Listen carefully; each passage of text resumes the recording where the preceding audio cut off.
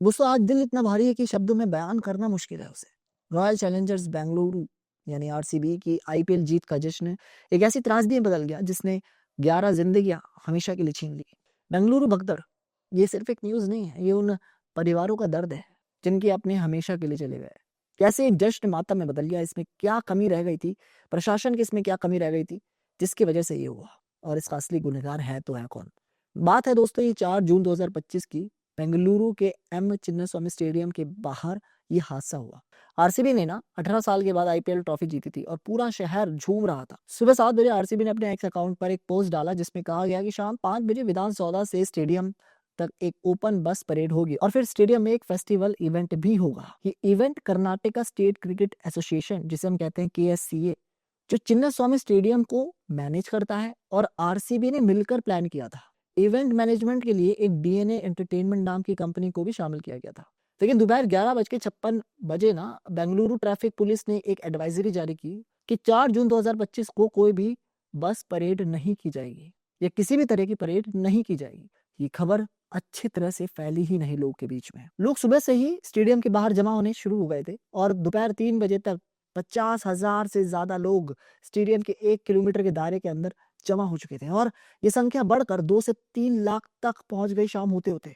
वहीं स्टेडियम की जो असल क्षमता है वो 35,000 लोग को संभालने की थी। भीड़ ने गेट नंबर 1 और गेट नंबर 3 पर धक्का मुक्की शुरू कर दी। कुछ लोग दीवारें फांदने लगे और कुछ लोग पेड़ों पे चढ़ने लगे और इसी सब के दौरान एक नाली पे रखा टेम्परेरी स्लैब टूट गया। इस स्लैब के टूटने से कई लोग एक साथ नीचे गिरे जिसने भीड़ में ना घबराहट फैला दी और डर के मारे चीखने भागने लगे लोग। अब हुआ यहाँ पर ये कि एक भागा, उसको देख के दूसरा भागा, उसको देख के तीसरा डर के मारे भागा, और इसी सब के कारण पूरे के पूरी जितनी भी भीड़ इकट्ठा हुई थी वहां पर भगदड़ मच गई और 4:45 के आसपास ये खबर आ चुकी थी कि 11 लोग इस भगदड़ में मारे गए हैं। 11 लोग हमेशा के लिए चले गए हैं। 47 लोग इस पूरी भगदड़ में दोस्तों घायल हुए, जिसमें से कई अभी भी अस्पताल में हैं। ये सोच कर ना रूह कांप जाती है कि उन 11 लोगों में से कई सारे बच्चे भी शामिल थे, छोटे छोटे बच्चे जो विराट कोहली को देखने आए थे, जो अपने फेवरेट स्टार्स को देखने आए थे। उनकी क्या गलती थी?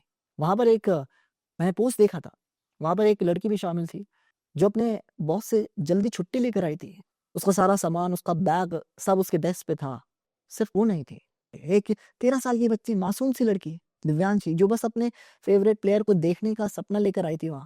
दूसरा 32 साल का लड़का, अपने परिवार का इकलौता सहारा, जो वहां पे मौजूद था, जिसकी जान चली गई। ऐसे एक नाम नहीं है, ऐसे बहुत नाम है। ये तो ऑन पेपर हमने 11 बताए हैं, असल संख्या इनसे कहीं ज्यादा होगी, जिसमें सहाना, अक्षता, मनोज, श्रवण, देवी, शिवलिंग, चिन्नस्वामी, प्रज्वल, ये सब नाम शामिल है। ये सिर्फ नाम नहीं थे, ये जिंदगियां थी दोस्तों। सोचो वो कितने उत्साह से आए होंगे ना वहां पर। शायद अपनी मम्मी पापा से इजाजत मांगी होगी, दोस्तों को मनाया होगा, चल यार चलते हैं। एक झटके में सब खत्म हो गया। उनके परिवारों का दर्द हम शायद कभी समझ भी ना पाए।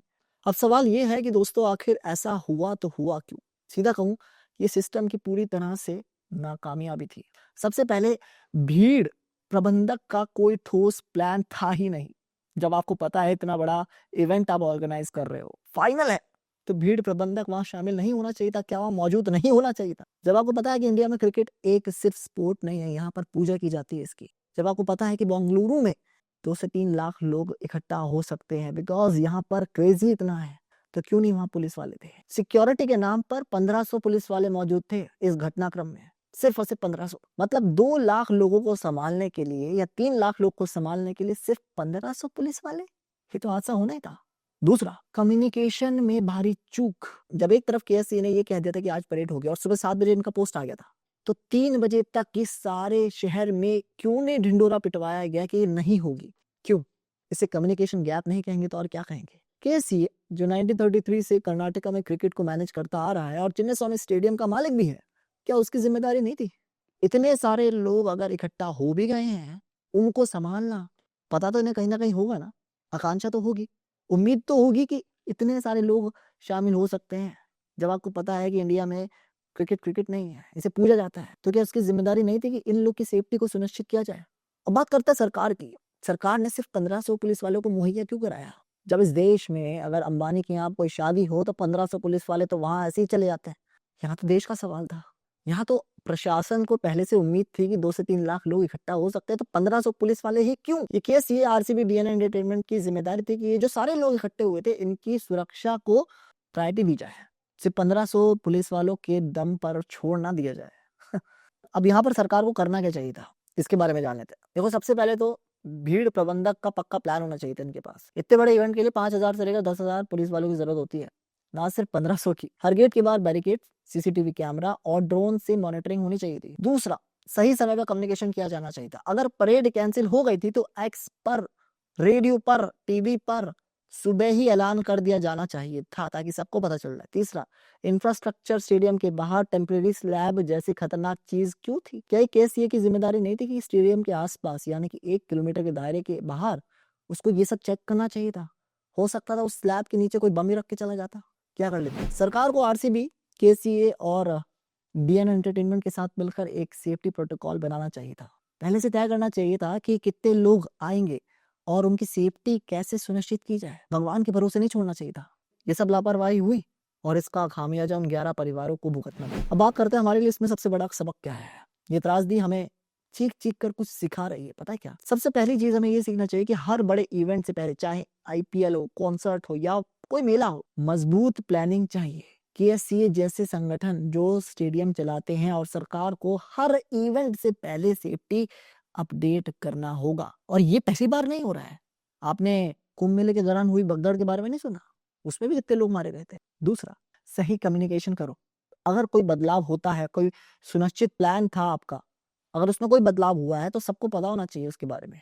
वो हर एक माध्यम से लोगों को साझा करो।